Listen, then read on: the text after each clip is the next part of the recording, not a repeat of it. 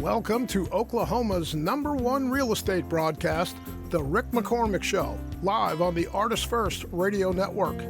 All past broadcasts are podcasts. Find them at artistfirst.com.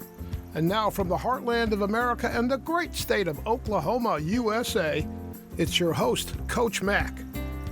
Good evening and welcome to the Rick McCormick Show. We are glad you're with us here. We are here every Wednesday, the first and third Wednesdays of the month. You know, we are talking real estate and all things real estate. I am the namesake of the show. I am Rick McCormick, your host. I am, if you're a first-time listener, I also have CoachMac10x.com, our coaching program for real estate agents, brokers, and some small business owners. I'm a certified business coach through the Grant Cardone 10X program, and while that may sound, like I said, whatever, under-impressive perhaps, or you're not familiar with it, look up Grant Cardone and 10X. It is a very comprehensive coaching program that I've been involved in and studied in and have access to some great material and have been involved in for the past 2.5 years. And we've got a great program trying to take and lower the failure rate among real estate agents. However, this show is for homeowners, potential homeowners, home sellers, home buyers, investors, anyone. We're going to talk about the market here in the greater Oklahoma City area. We're going to take it and look a little bit at the Federal Reserve and interest rates. I'm going to have this evening two different outstanding guests on.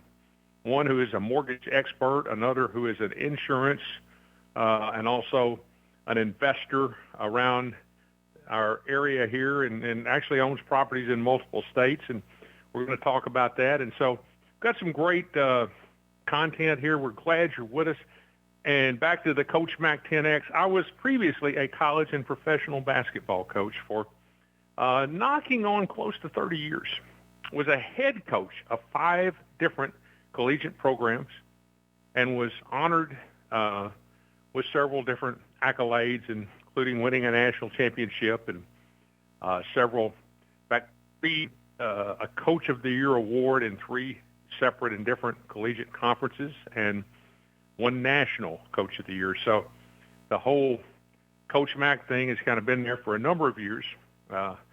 Master's degree in education and teaching and coaching and some work beyond that. So anyway, all of that we say today, a real estate agent and team lead, and we've been at work with some wonderful people and been in the real estate space for the past decade here in the greater Oklahoma City area.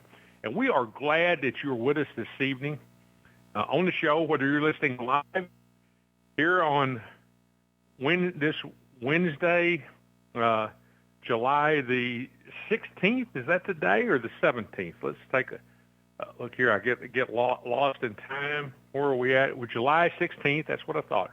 Wednesday, July 16th. And it's a gorgeous afternoon, evening. We're coming to you from our South Oklahoma City offices. 88 degrees. Been a great, I think it reached 90 today. Not super hot as far as the South here goes in Oklahoma in mid to late July. You know, been a fairly pleasant day. I like the warm weather myself. And so wherever you're listening from, I hope it's equally as nice where you're at. Like I said, with just a real mild light wind here and 88 degrees. Over the next 2-3 hours as the sun sets and we go to dusk, it's going to be a lovely, lovely evening. Okay, we're here to talk about the real estate market, real estate and all things real estate. So some of the things that we discuss here are regional news here in Oklahoma City and our state of Oklahoma. We have 4 million people in the state of Oklahoma. We have 1.4 million people in the greater Oklahoma City area. That's Oklahoma City and all the various suburbs here from, Moore, Norman, Edmond, Choctaw, Yukon, Mustang, all the way out to Guthrie. We'll count Purcell in that, Del City, Midwest City. So, that's our whole greater metropolitan area. It's grown to 1.4 million, 4 million in our state. Now, 3 hours away to the south of us, down Interstate 35, the Dallas-Fort Worth Metroplex, 8.3 million people now. And so our entire state is less than half that size. So we're I like to say Oklahoma City is kind of a country town that's grown up. Well, what does that mean? That means we still got a lot of the small town values. They call it the Oklahoma Standard. People are helpful here to one another. And, like I said, 1.4 million people, a lot of great things, definitely a major city, but still with kind of some, small town values. Now, our highway systems used to be a very easy city to get around in. It's getting nothing like Houston, Atlanta, Dallas, Los Angeles. Okay, we're not even on the same page with them. I'm not sure we're in the same book or encyclopedia with them, but we do need to continuously look to upgrade our infrastructure to continue that. But great place. In fact, on a personal note, my daughter, Andrea McCormick, is here visiting me, and she flew in from Colorado yesterday and lives out there, and flew in out of Denver, and was commenting about how nice that our mall here are, that we still have malls, and what an interesting city this is. I mean, of course, she's been here many times and grew up in Oklahoma, not in Oklahoma City, but in the state. And so, anyway, it's always nice to hear as people move here, and I work with them. I mean, I've got people right now transitioning here from other places, but when somebody comes here, it's always good to hear positive compliments about our city and what's happening here in Oklahoma City, how nice it is. I guess malls are becoming a thing of the past, and she was out with me yesterday, and late in the evening, at the end of the day, we stopped by a mall quickly, and she said, "Oh my God, this is so nice." We were actually at Penn Square Mall for a few minutes. Not a place that I frequently visit, as people know. I'm out and about all the time. If I get any criticism, it's for working too hard and not gearing down and not slowing down. But we were out, and she was just commenting, and they'd had all the, how nice it was, and it felt like it might be nicer than anything in Denver. And lived in Denver for a number of years in southern Colorado. So anyway, always good as people visit here. But what I was saying is many of the things that we're going to talk about here, this is regional news, and some of these apply across. We can talk national news, but I do want to make a point that when you talk real estate, okay, national news, something that you see a clip of on whatever you watch. I mean, a news CNN or Fox News or MSNBC or any CBS TV, NBC, that may apply to our market here, and it may not. Sometimes national news is not necessarily local or regional news, and occasionally the counter is true. What you will find here in Middle America, like here in Oklahoma City, that the highs and lows of the economy and the things that go on, when things are great, the highs maybe right here are not quite as high as the East and West Coast. But the lows are usually never as low. They talked, I had people 3 and 4 years to, I'm going to wait a little bit. There's a bubble right now coming off COVID. I said, okay, tell me about that bubble. Well, home prices are going to go way down. I said, no, they're not. Oh, they have to. No. You have to look at a global perspective of things. In certain places, in some markets, they may go way down. Here, when you look at our price and our dollars per square foot, we've analyzed this on the show more than once. Of the top 25 cities in the United States, Okay?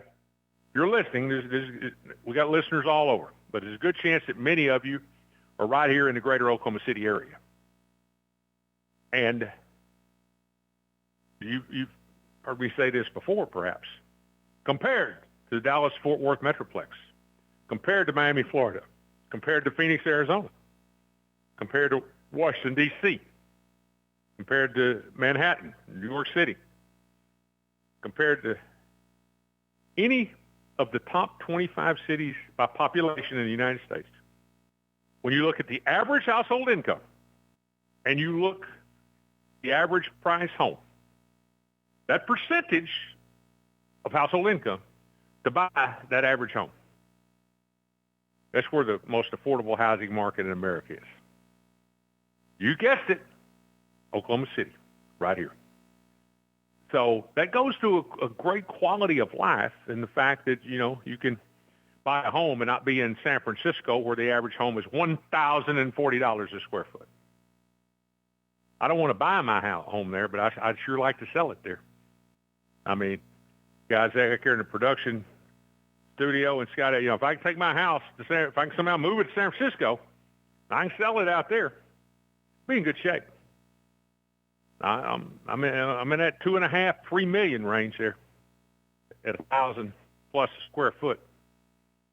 So, but here, that house is maybe a little over, but $400,000.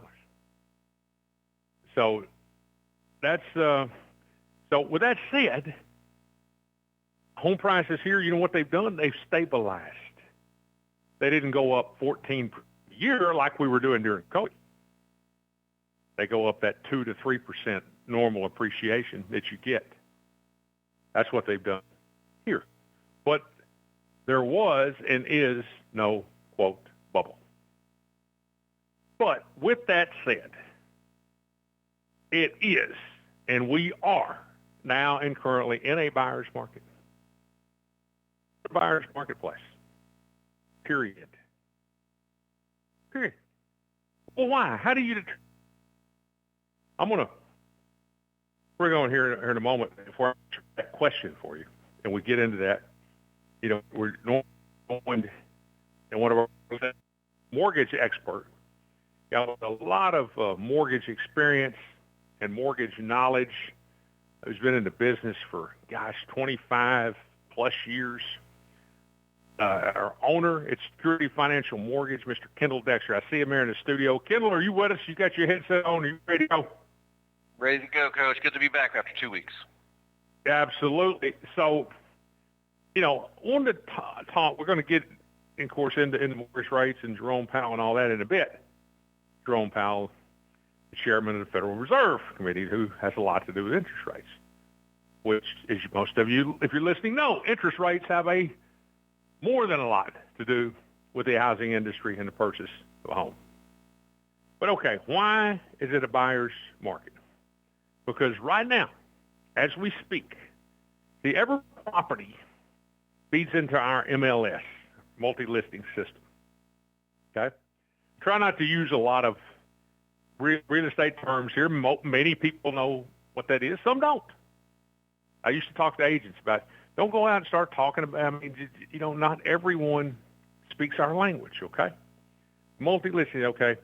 There can be some for sale owners, but the majority of properties are in the MLS.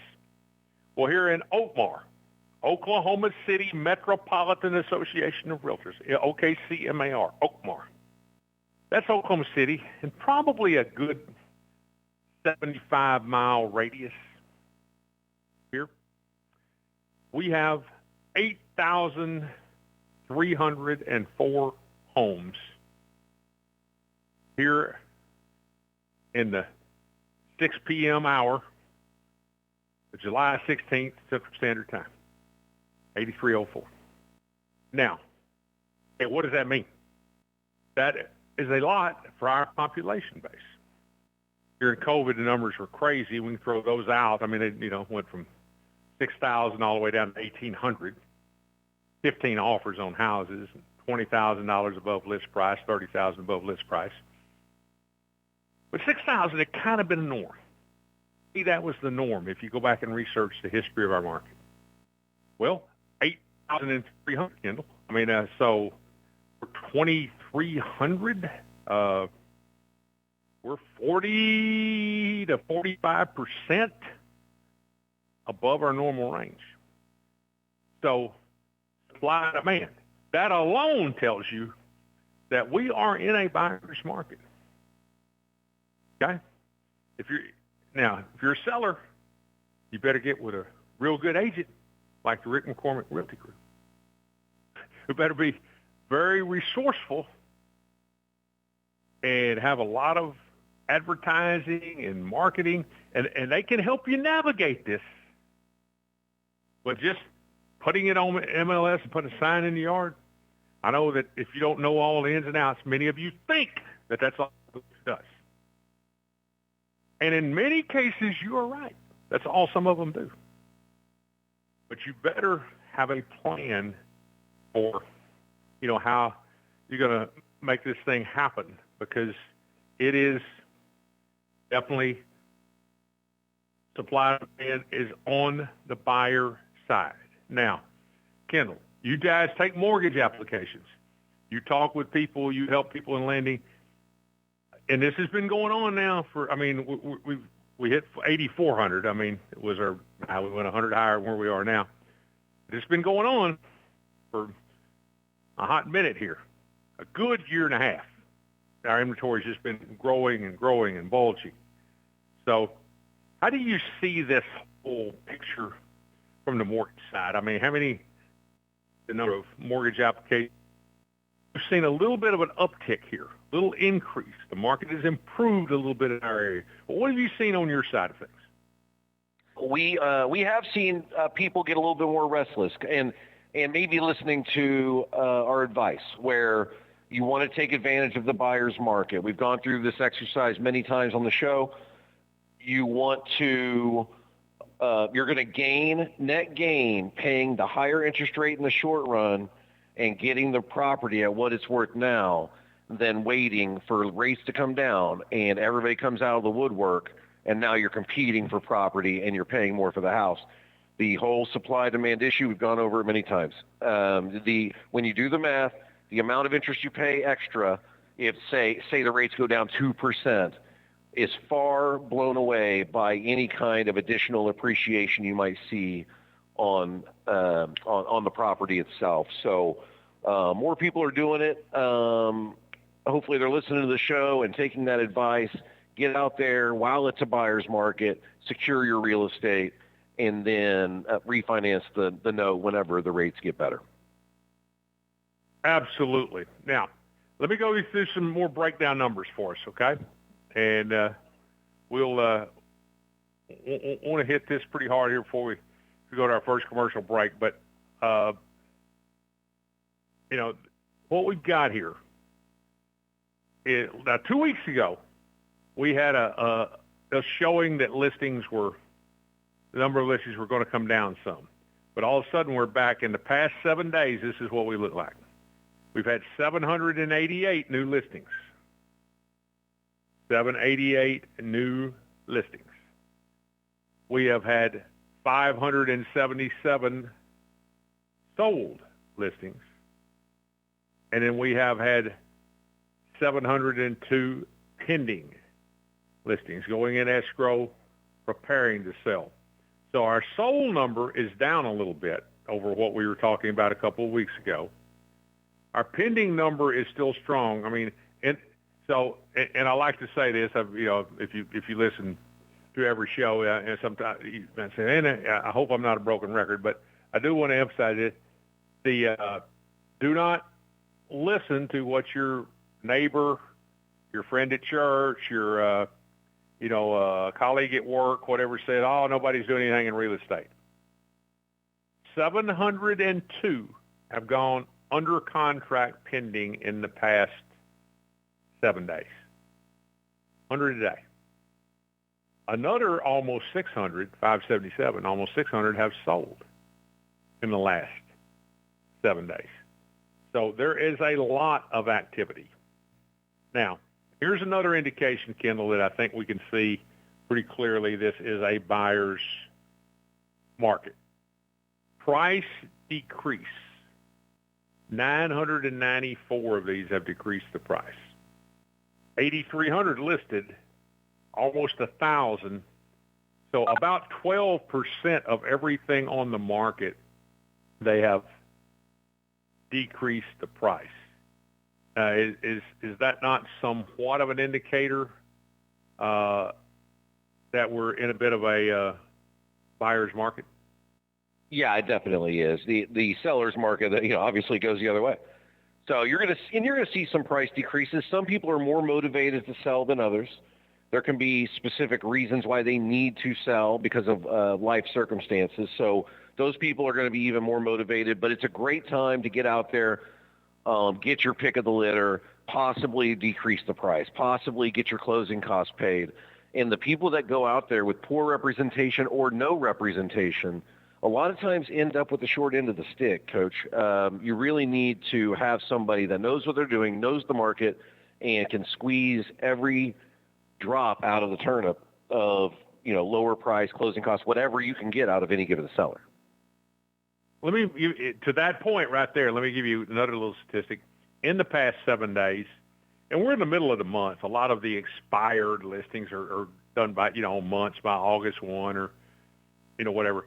In the last 7 days, we've had 90 listings that have expired and another 65 withdrawn. So that's 155 properties in the last week that have basically, in some manner or another, have came off the market. So, which goes back to your level of representation, to your point. So, and again, I'm going to go back to the CoachMac10x.com, our coaching program for realtors and brokers. We're here to help you. I mean, there's a lot of good people out there, and there's a lot of people that are working hard and maybe searching for answers. It is important that we're all, that everyone has some mentorship and somebody to bounce things and ideas off of, whether that be an individual or a group, and make sure that you're staying on top of the market. Positive representation. I mean, prepare yourself to be a part of positive representation. Make sure you are well prepared to help your sellers navigate in this kind of challenging market on the selling side. So, point there as well. All right, we're going to here in a moment. When we come back, we want to talk to you a little bit about obviously interest rates, and you're going to stay tuned for this for certain. We're going to talk interest rates, but it's also really interesting Jerome Powell and the Federal Reserve and all of the going on around that, and President Trump, and he see that interest rates dropped, and I mean he's hitting this every day right now, and he said he wants them to drop 3 points. Well, I don't think that's going to happen. And I'm not sure that we wouldn't see all kinds of ramifications should it, but are they going to drop? And is this Mr. Powell going to be able to remain in that position for interest rates right now? What's happened to them in the last week? And so we've got a lot of things to uncover and unpack. We're going to also be joined by our local insurance and investor and regular guest on here, Mr. Brad Martin, the owner at Premier Insurance and a local investor. Brad, thank you for coming on with us as well. Absolutely. Happy to be here. It's a great day. So, a lot of exciting things happening. So appreciate the time. Absolutely. All right, Kendall, let's go. Let's talk about what's been happening since we were last on the air here with the mortgage rates. What are they currently looking like? Tell us about all these 5.5 interest rates you've got. Yeah, I wish, Coach. The market has moved in a negative direction since we were on last. We gained a little bit back today, and we'll talk about why we think that might have been, but not much. Overall, in 2 weeks' time, minus 62 basis points, which will equate to about a quarter to your rate, but it equates exactly to $620 more expensive for any given rate per 100,000 borrowed in a 2-week time. So it's been kind of a quiet, slow death over that time. Just nothing alarming, just a little bit of loss, and over time it adds up to, man, my rates are a little higher. So again, we gained a little bit back today. In my opinion, it's more about Trump trying to remove Powell, and we'll dive into that a little deeper. But there was another news piece today just saying that, people speculating that Trump's trying to remove Powell, and he denies it. But I believe that it is true, and the market believes that it's true, and we gained a little bit of our losses back, not a lot. So we all know that if Powell is removed and Trump is able to appoint somebody new, that person is going to be a Trump puppet, and rates will come down for sure. If we see that happen, we'll see rates improve tremendously, I believe. Okay, let's talk about President Trump is continually threatening to fire Jerome Powell. Should he fire him, they're saying it will be challenged in court, that he's an appointed person who may not be able to be legally fired by the president. But with that said, it seems that they are questioning, I guess the Federal Reserve building was refurbished, whatever, redone at a cost of $2.5 billion to the taxpayers. So they're talking about that, and they're using the word fraud is coming up quite often.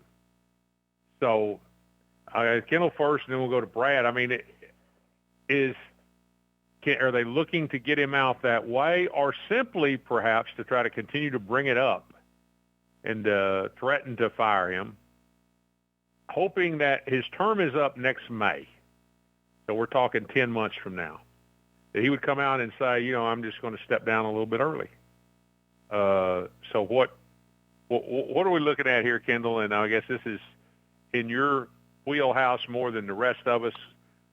Jerome Powell, Trump wants interest rates down. If Jerome Powell won't come out and commit to putting interest rates down, they're looking to try to get him out early and get someone else in. I mean, how do you see this? Yeah, I think Trump and the administration know that he can't fire Powell unless there's cause, and they're trying to find cause. And this appears to be their path, claiming financial mismanagement / fraud on the restructuring of the Federal Reserve building at a really expensive $2.5 billion price tag. And they're just basically saying that he had he was a terrible money manager on the deal, possibly with poor ethics, and try to force him out that way. Then they can bring in their guy and accomplish their goals. And to me, that's solely what they're doing.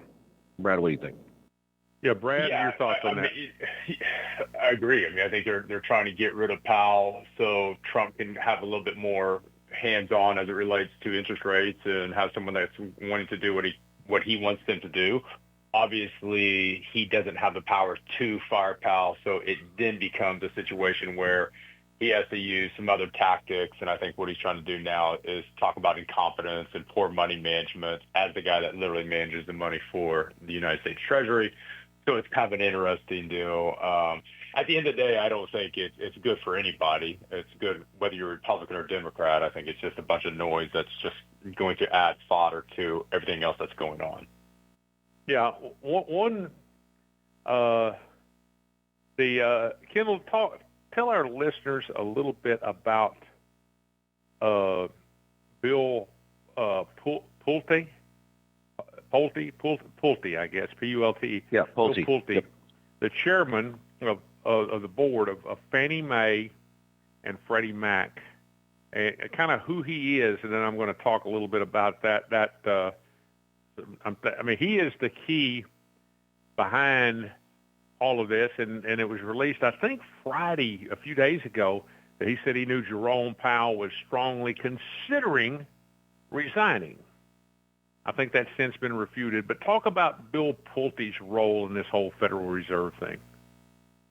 Yeah, he was appointed by Trump, and he's obviously got the same agenda as President Trump, and he is kind of the leader of the charge against Powell. From what I read, he's the one that originally brought up the mismanagement in question that we were just talking about. So I like what he's doing in other regards. They're trying to bring down the cost of credit reporting for people. They're implementing the okay to use a lesser cost credit bureau, which is still a work in progress. But right now, the cost of credit reporting is out of this world. It's a little bit off topic, but this is something that he's been involved in, trying to make credit reporting more affordable, both for lenders and for borrowers. When borrowers close on a loan, they pay for their credit report. Some lenders require that a borrower pay for their credit report right up front just to apply for a loan. And from my seat, my company doesn't do that. So when a loan does not close and we just pull credit to see how things are looking, that's a big expense for us. So they're trying to make it more affordable for the industry. I like that. I like the direction he's going in a lot of ways with the Fannie Mae organization, but I also think that he is 100% Trump, and he is leading the charge to get rid of Powell, lower these rates, and everybody knows that if we can get some lower rates, you're going to drive a lot of economic activity. That's what they're trying to do. Now, I guess there's two buildings. Renovation would be the word, I guess, that I was looking for. But $2.5 billion, would seem somewhat excessive. Now, there's also that should this, I guess they said the Federal Reserve's main headquarters is over 90 years old. It was constructed in the 1930s. But once again, I guess originally they were talking about the project was going to be $600 million. And it is ballooned to $2.5 billion, and perhaps there's mismanagement involved or fraud. Now, Brad, I'm going to bring this to you.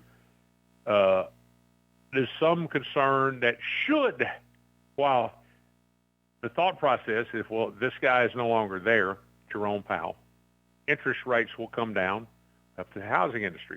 There's also some thought that the ousting of Powell risks the setting off of a market panic. What? And I know you do some things with investments in the stock market and whatever.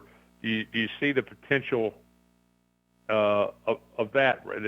That like I said, okay, he's out and he steps down, but all of a sudden, what does this do to the overall inflation picture? What does this do? Is it going to send the markets into a panic? I don't think it would send the markets into a panic.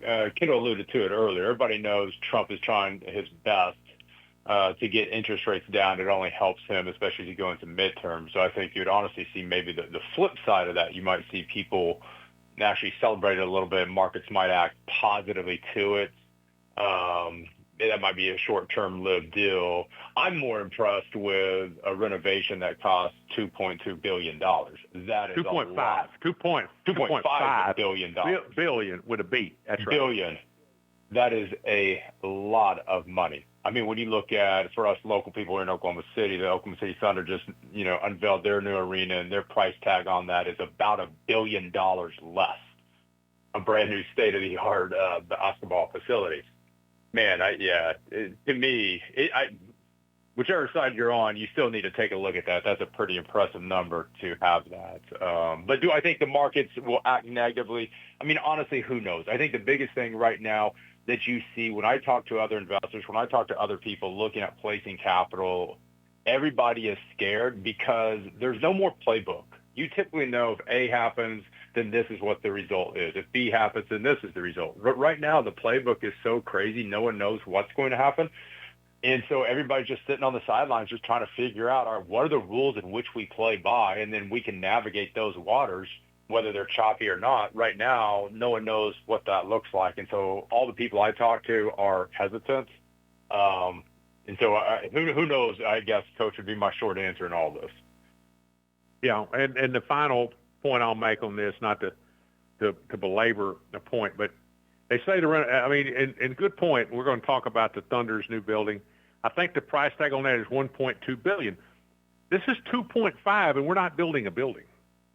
They said the renovations were, quote, ostentatious, and included things like rooftop terrace gardens, VIP private dining rooms, water features, premium marble throughout much of the facility, and much, much more.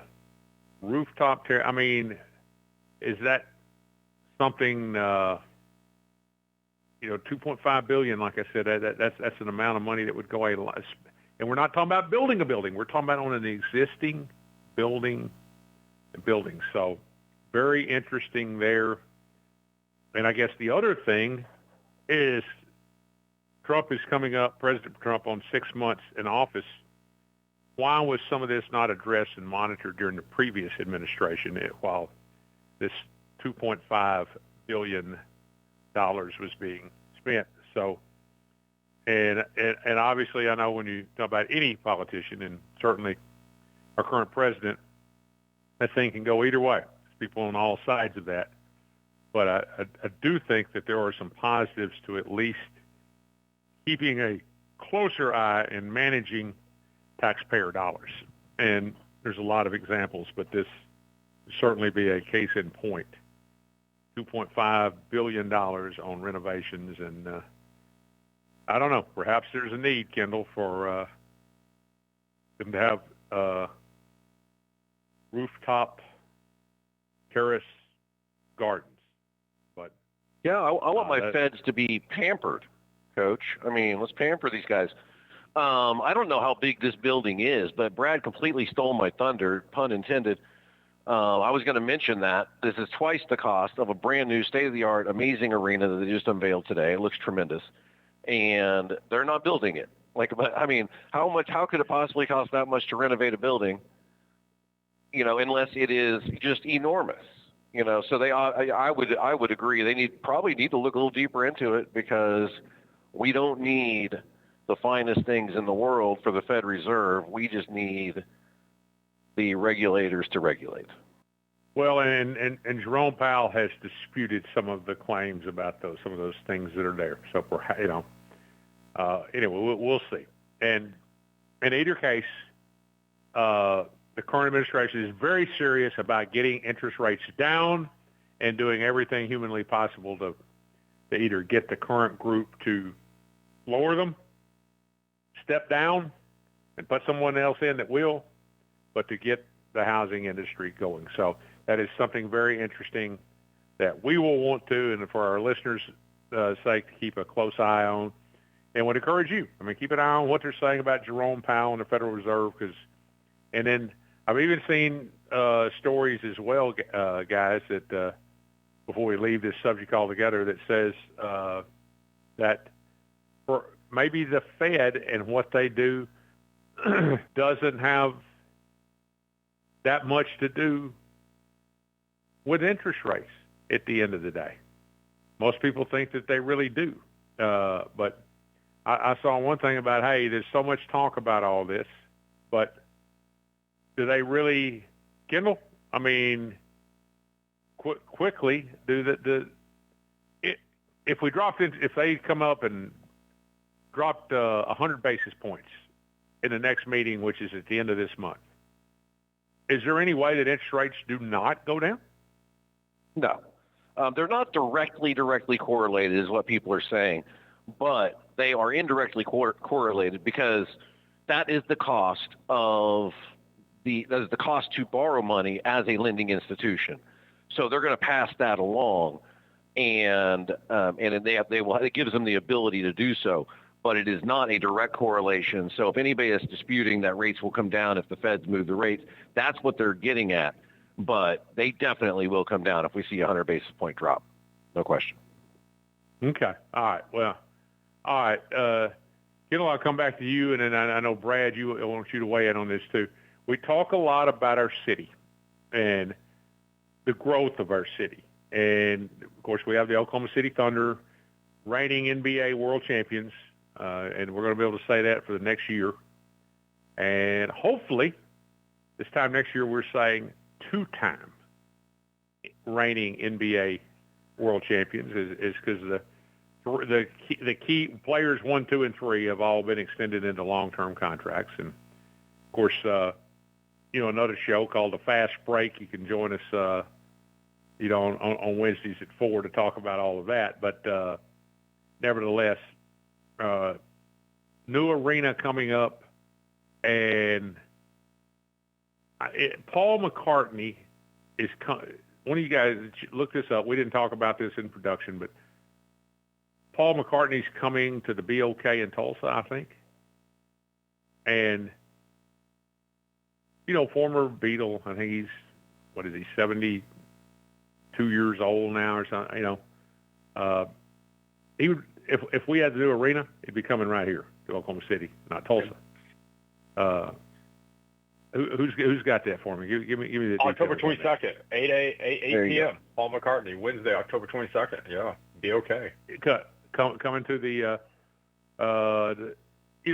that's one example. So it goes beyond, okay, they're building a basketball arena. No, they're building a downtown arena. It's going to attract the world premier events that we sometimes now miss, and they go to Tulsa.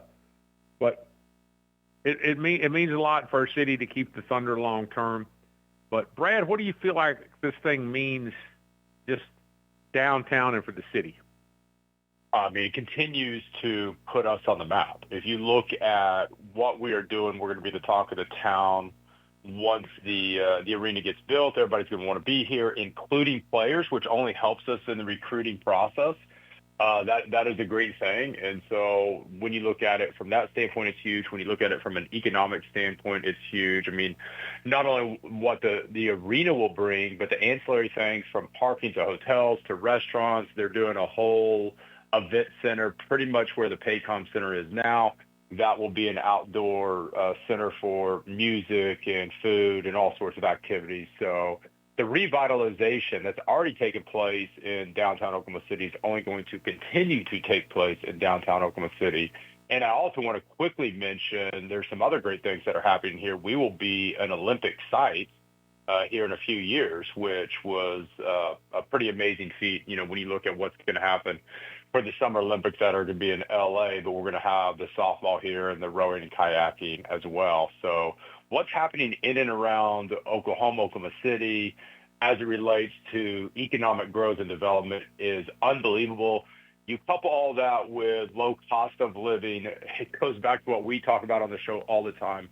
What a great place to either live in Oklahoma, invest in Oklahoma, own real estate in Oklahoma. It is all this stuff only helps you from an investor standpoint. At least that is my thesis.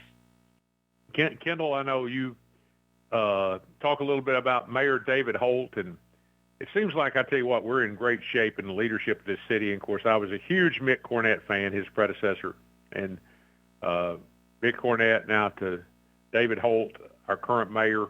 But I believe there's an announcement today, and talk a little bit about that, kind of what Brad said. It's going to be so much more than just arena.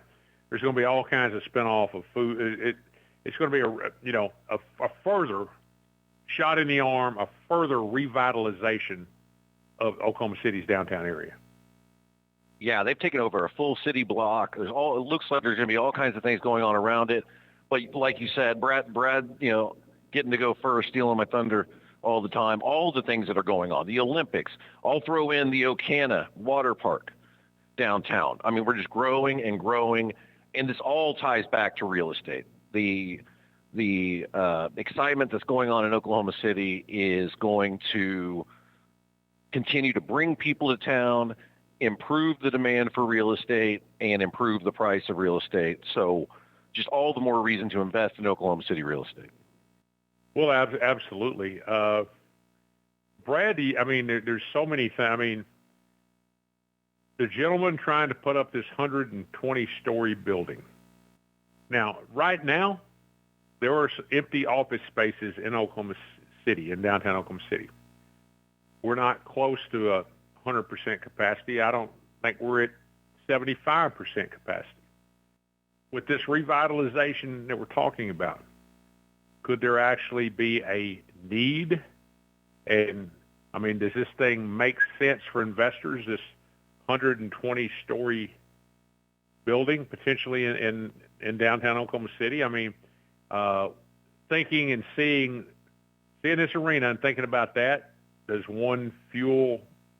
Well, not one. Does that fuel this potential 120-story building that's being discussed?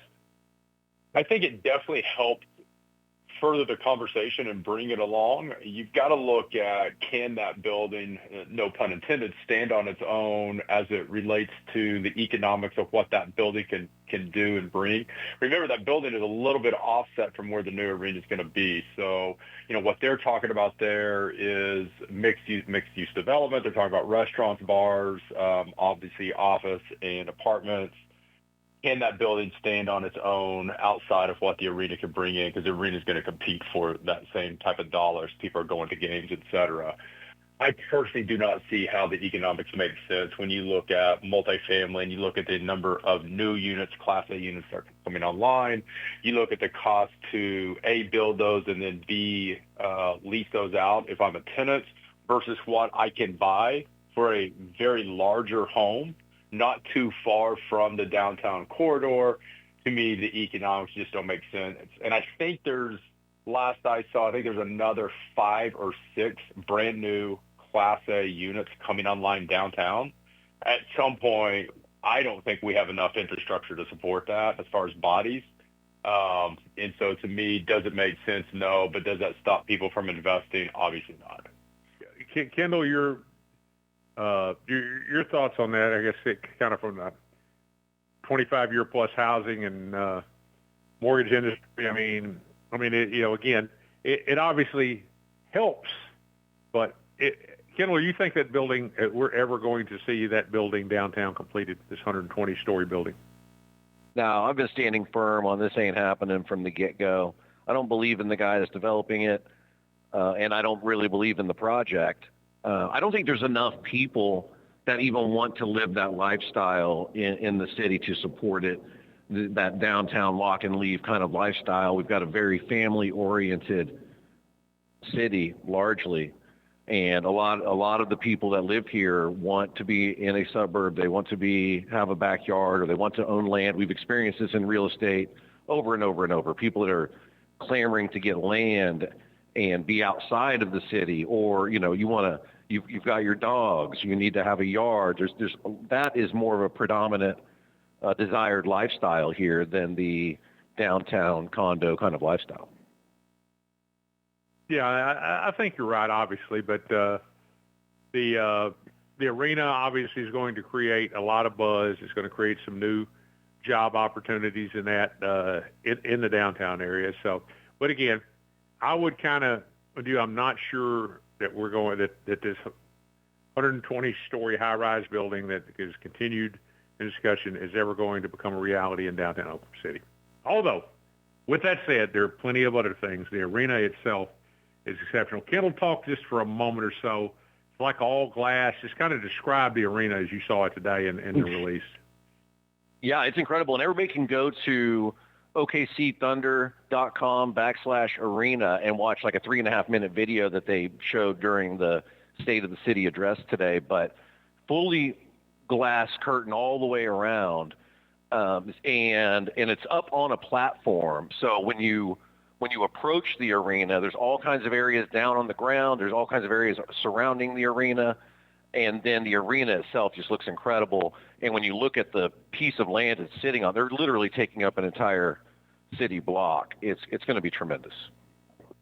Absolutely. And it will not be, we don't know the name of it, but it will not be the Paycom Center.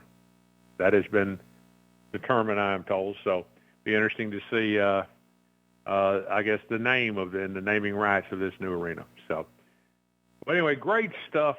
I mean, we're glad you tuned in with us here on the Rick McCormick Show. We love being with you and talking about real estate, our market. Everything we talk about here is data and research driven. The numbers, 8,304 properties, a buyer's market. Kendall's able to come on and give us hard facts on what interest rates are looking like. We can project for the future and then talk about the future of our city. This great new arena. It's been voted, it's been passed, and now it's been unveiled. And it will be open for the beginning of the 2027 season. Isn't that right, gentlemen? We will tip off there in 2027. 28, I think. Really? Okay. Yeah, I believe we're going to play 3 more in the Paycom, and then we're going to move. That's as well as 28. Okay, well, well, I stand corrected. Only 28, but again, it will be interesting to watch the evolvement of this. So, again, I want to thank Kendall Dexter, the owner of Security Financial Mortgage, and thank Brad Martin, the owner at Premier Insurance, for being with us. I'm your host, Coach Rick McCormick. We're here on Wednesday evenings at 6 p.m. Central Standard Time. Reach out our information is on the site. You can always find me at CoachMac10x.com. Thank you for being with us, and until next time, stay safe and may God bless.